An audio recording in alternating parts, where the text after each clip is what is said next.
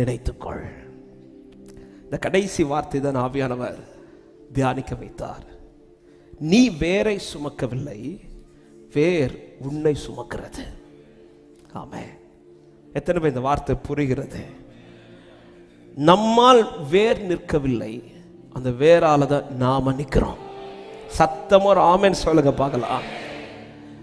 இந்த வேரில் நாம் இணைக்கப்பட்டது கிருபை. இந்த இடத்தில் சொல்லப்படுகிறது இது தயவு என்று. விழுந்தவர்களிடத்திலே கண்டிப்பையும் உன்னிடத்தில் கர்த்தர் தயவை காண்பித்திருக்கிறார். இந்த வேரோடு உள்ள உறவு நமக்கு கிடைக்கப்பட காரணம், இந்த வேரோடு கூட நாம் வளர்ந்தவர்கள் அல்ல, இந்த வேரோடு கூட இணைக்கப்பட்டவர்கள். இந்த வேரோடு கூட நாம் இணைக்கப்பட்டவர்கள். சிதறுண்ட ஆடுகளைப் போல் இருந்தீர்கள், ஆனால் உங்கள் ஆத்துமாக்களுக்கு கண்காணிப்பா இருக்கிற இடத்தில் நீங்கள் திருப்பப்பட்டிருக்கிறீர்கள் என்று பேதுருவை கொண்டு ஆண்டவர் 1 பேதுரு 2வது அதிகாரம் கடைசி வசனம் என்று நினைக்கிறேன் கர்த்தர் சொல்லி இருக்கிறார். நாம் இந்த மந்தையிலே வளர்ந்தவர்கள் அல்ல, இந்த மந்தையில் கொண்டு வரப்பட்டவர்கள். ஆமென். இந்த வேரோடு நாம் வளர்ந்த கிளைகள் அல்ல, இந்த வேரோடு கூட இணைக்கப்பட்ட கிளைகள். முறித்து போடப்பட்ட கிளைகள் தகுதி இழந்ததினால் அல்ல, அவர் பர்பஸா முறித்து போட்டார். ஒரு இரவுல இந்த வார்த்தையை கர்த்தருடைய ஆவியானவர் ஒரு சாட்டர்டே நைட் தான் ஆண்டவர் பேசினார் என்று நினைக்கிறேன். அவர் முறித்து போட்டு என்னை ஒட்ட வைத்திருக்கிறார். நான் ஒட்டப்பட்டவன், நான் தெரிந்து கொள்ளப்பட்டவன். எனவே தான் வேதம் சொல்கிறது, நீங்கள் கிரியையினால் ரட்சிக்கப்படாமல் தேவ கிருபையினால் ரட்சிக்கப்பட்டிருக்கிறீர்கள். இது எனக்கு கிடைத்த பாக்கியம் என்று சொல்ற கரங்களை உயர்த்தி ஆமென் என்று சொல்லுங்க பார்க்கலாம். ஆமென். இதை சொல்லிவிட்டு தான் வேதம் சொல்லுகிறது, நீ வேரை சுமக்கல, வேறு ஒன்னு சுமக்குது. ஏன் இந்த வார்த்தை இந்த மாலை நேரத்தில் கர்த்தருடைய ஆவியானவர் பேசுகிறார் என்றால், இந்த வேறு இல்லாம நம்முடைய வாழ்க்கையில எதையுமே நாம் பார்க்க முடியாது. நம்முடைய வாழ்க்கையில் இந்த வேர் சரியா இருக்குமானால், வேதம் சொல்லுகிறது ஏசாயா 11:1 ஈசா என்னும் அடிமரத்திலிருந்து ஒரு துளிர் தோன்றி அவன் வேர்களிலிருந்து ஒரு கிளை எழும்பி செழிக்கும் என்று சொல்லப்பட்டிருக்கிறது. இந்த வேர்ல நாம சரியா ரூட்டா இருந்திருப்போம்னா, சரியா எஸ்டாப்ளிஷ் ஆகிருப்போம்னா, சரியா உறுதிப்பட்டு இருப்போமானால், ஒரு காரியத்தை வேதம் காண்பித்து தருகிறது, நம்முடைய வாழ்க்கையை கர்த்தர் செழித்தோங்க பண்ணிக்கொண்டே இருப்பார். இந்த மாலை நேரத்தில் ஒரே ஒரு வார்த்தையை மட்டும் சொல்லி நம்ம அப்படியே ஆண்டவர் சமூகத்தில் அர்ப்பணிக்க போகிறோம். ஆண்டவர் சொல்ற வார்த்தை, திரும்பவும் நினைப்புற்ற வார்த்தை, இந்த வேர் இல்லாம நீ இல்லை. ஆமென். இந்த வேர் இல்லாம நாம இல்லை. இந்த கிளையில ஏதாவது ஒன்று நடக்கணும்னா, இந்த கிளையால எதையும் உறிஞ்செடுக்க முடியாது, இந்த வேர் உறிஞ்சி தந்தாதான் உண்டு. ஆமென் சொல்லுங்க பார்க்கலாம். யோவான் 15வது அதிகாரத்தில் ஆண்டவர் சொன்ன, நானே மெய்யான திராட்சை செடி, என் பிதா திராட்சை தோட்டக்காரர் என்று சொல்லிவிட்டேன், நீங்கள் கொடிகளாயிருக்கிறீர்கள், என்னில் நிலைத்திருங்கள் என்று 4வது வசனத்தில் சொல். என்னில் நிலைத்திருங்கள், நானும் உங்களில் நிலைத்திருப்பேன். நிலைத்திருக்கிற கொடிக்கு மட்டும்தான் இந்த செடியிலிருந்து ஏதாவது பெற்றுக்கொள்ள முடியும். இந்த மாலை நேரத்தில் ஆவியானவர் ரட்சிக்கப்பட்ட அன்பு தேவ பிள்ளையே, ஒரு காரியத்தை கர்த்தர் நினைப்பூட்டுகிறார். வேற நீ மறந்துடாதென்றார், வேற நீ தட்டி விட்டுறாதென்றார், இந்த வேற விட்டுட்டு நீ தனியா நின்றாதென்றார். ஆமென். நீ எப்படிப்பட்ட கிளையா இருந்தாலும் பரவாயில்ல, நீ இந்த வேரோட இருப்பாயானால் உன்னை தான் கர்த்தர் மற்ற கண்களுக்கு முன்பாய் அதிசயமாய் ஆச்சரியமாய் கர்த்தர் நிறுத்துவார். கிளை விஷயம் கிடையாது, வேறதான் விஷயம். ஆமென். கிளை விஷயம் கிடையாது, வேறதான் விஷயம். இந்த வேரோடு எந்த கிளைகள் சரியாய் உறவில் இருக்கிறதோ, இந்த வேரோடு உள்ள உறவு யார் வாழ்க்கையில சரியா இருக்கிறதோ அவர்கள் வாழ்க்கை செழித்தோங்கிக் கொண்டிருக்கும் என்று வேதம் காட்டி தருகிறது. யாக்கோபை குறித்து சொல்லும் போது ஏசாயாவில் சொல்லப்பட்ட வார்த்தை, ஆமென், யாக்கோபு வேர் பற்றி, ஆமென், இஸ்ரவேல் பூமியை பலனால் நிரப்பும் என்று.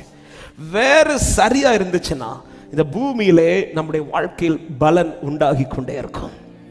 ஆமென். வேர் நம்முடைய வாழ்க்கையில் வேர் இருக்கணும். இந்த வேரை மிஸ் பண்ணிடக்கூடாது. எனவே இந்த உறவை அதிகம் கனப்படுத்துங்கள்.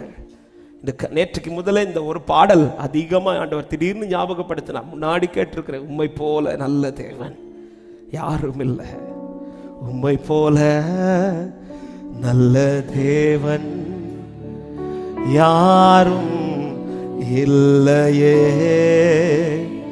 உம்மை போல வல்ல தேவன் யாரும் இல்லை. உம்மை போல என்னை நடத்திட, உம்மை போல என்னை காத்திட, உம்மை போல என்னை தேற்றிட, உம்மை போல என்னை நேசிக்க, உம்மை போல என்னை நினைத்திட. ஆமை, இந்த வேர் மட்டும் நம்ம லைஃப்ல இல்லாமல் இருந்திருக்குமானால், இல்லை என்றால் இந்த வேரோடு கூட மட்டும் நாம ஒட்டப்படாமல் இருந்திருப்போமானால், இன்னைக்கு நாம இருந்திருப்போமானே தெரியல. இன்னைக்கு நம்ம லைஃப்ல ஏதோ நாம நினைச்சதெல்லாம் நடந்துச்சான்னு கேட்டா தெரியலங்க. ஆனா நாம் எதிர்பார்க்காத அநேக நன்மைகளை நாம் சுதந்திரித்திருக்கோமா? இது எதனால வந்துச்சு தெரியுமா? ஆண்டவர் இன்னைக்கு நினைப்பூட்டுறார், கிளையின் விசேஷம் அல்ல, இந்த வேர்க்க விசேஷம். என்ன சரியான வேரோடு கூட கர்த்தர் ஒட்டி வச்சிருக்கிறார்னு நம்புறவங்க மாத்திரம் கரத்தை உயர்த்தி ஆமென் என்று சொல்லுங்க பார்க்கலாம். இந்த வேர் நம்ம விட்டு போயிடக்கூடாது. இந்த வேர் உறிஞ்சி கொடுக்கிறது தான் இந்த கிளையில் உண்டாகும். திராட்சை கொடியில கனிகளை பார்க்க ஜனங்கள் விரும்புவார்கள். ஆனா அந்த கனிகள், இந்த கொடி செழித்திருக்க வேண்டுமானாலும் இந்த செடியில, இந்த கொடியில ஏதாவது ஒரு பிரயோஜனமான பலன் உண்டாகிறத பார்க்கணும்னா இந்த கொடி தனித்திருந்தால் முடியாது. இந்த கொடி இந்த செடியோடு இணைக்கப்பட்டே இருக்கணும், ஒட்டியே இருக்கணும். இந்த கனெக்ஷன் சரியா இருக்கணும். இந்த கனெக்ஷன் எங்க கட் ஆகுதோ செடி வாடாது, ஆனா கொடி வாண்டும். ஆமாம், பலமுறை இதை நான் சொல்லியிருக்கிறேன். இதே இடத்துல இந்த படி இருக்கிறதுக்கு கீழே எங்கள் அப்பா ஒரு சின்ன ஒரு தோட்டம் வச்சுருந்தாங்க. முன்னாடி பழைய சர்ச் இருக்கும்போது எங்கள் அப்பாவுக்கு செடினா ரொம்ப பிடிக்கும். ஏதாவது விசுவாசிகள் வீட்டில் செடி இருந்தால் கொஞ்சம் பயப்படுவாங்க. இந்த வீடு விசிட்டிங் போகும்போது ஏதாவது பூச்செடி எங்கள் அப்பாவுக்கு பிடிச்சிருச்சுன்னா கேட்டுருவாங்க, இந்த செடி கொண்டு போட்டான். விசுவாசிகள் விரும்பி கொடுப்பாங்க. சிலர்லாம் அதற்காகவே ஏதாவது பூச்செடி வாங்கினாங்கன்னா எங்கள் சர்ச்சுக்குன்னு ஒன்று எக்ஸ்ட்ரா வாங்கிட்டு வந்துடுவாங்க. ஏன்னா அவ்வளோ பிரியம். அப்போ தான் ஒருத்தங்க ஒரு திராட்சை செடி கொடுக்குறாங்க ஒரு இடத்துல. அதை வாங்கிட்டு வந்து எங்கள் அப்பா அதுக்குன்னு ஒரு ஸ்பெஷல் பிளேஸ், அதுக்குன்னு தனி கேர், அப்படி பராமரித்து கொஞ்ச நாளில் அந்த கொடி அப்படி வளர தொடங்குது. அதுக்கு அந்த கொடி வளர்கிறதுக்கான அழகாக எல்லாம் கட்டி வச்சு ஃபுல்லாக எங்கள் அப்பா தான் கேர் பண்ணுவாங்க. டெய்லி தண்ணி ஊற்றி, டெய்லி சுத்திகரித்து. ஆமாம், அதில் கனியை பார்க்குறதுக்கு விரும்பி விரும்பி விரும்பி அழகாக பராமரித்து அந்த கொடி அழகாக படர்ந்துச்சு. படர்ந்தது மட்டுமல்ல, அதில் கனியும் வரந்துச்சு. ஆமாம், சர்ச்சில் வரவங்களுக்கெல்லாம் கூப்பிட்டு காமிப்பார், பார்த்தீங்களா திராட்சை பழம், பார்த்தீங்களா திராட்சை பழம். ஆனால் அவ்வளோ சந்தோஷம், அந்த கனியை பார்த்தது அவ்வளோ சந்தோஷம். ஆமாம், இது சொல்லும்போது எங்கள் அப்பாவுக்கு ஒரு திராட்சை கொடியில் கனி பார்த்தது இவ்வளோ சந்தோஷம். நம்ம வாழ்க்கையில் அவர் கனியை பார்த்துட்டார்னா கூப்பிட்டு காணிப்பார். ஒவ்வொரு தூதனையும் கூப்பிட்டு, என் பிள்ளைக்கு வாழ்க்கையில் பிதாவை சந்தோஷப்படுத்த விரும்புகிறவர்கள் வேற எதுவும் செய்ய வேண்டாம், சரியான கனியை கொடுங்க. காணிக்கை கொடுக்காட்டாலும் கனியை கொடுங்க. ஆமென். அதுக்காக காணிக்கை கொடுக்காதீங்கன்னு சொல்லலை, அது கர்த்தருடையது, அது கர்த்தருக்கு செய்யுங்க. ஆமென். நம்ம காணிக்கை கொடுக்கறதுல உற்சாகத்தை காட்டுவோம், கனி கொடுக்கறதுல. ஏங்க, நீங்க அதிக காணிக்கை கொடுக்காவிட்டாலும் அதிக கனி கொடுப்பீர்கள், ஆனால் உங்க மேல ரொம்ப பிரியமா இருப்பார். ஆமென். எங்க அப்பாவுக்கு அதை பார்த்து அவ்வளோ சந்தோஷம். ஆமாம், அந்த டைமில் தான் எங்களுக்கு விபிஎஸ்ல ஏதோ கனி வச்சு தான் ஒரு தீமை இருந்துச்சு, திராட்சை கொடின்னு நினைக்கிறேன். ஆமாம், அப்போ பிள்ளைங்கள்ட்டெல்லாம் காமிச்சு கொடுப்பாங்க எங்கள் அப்பா.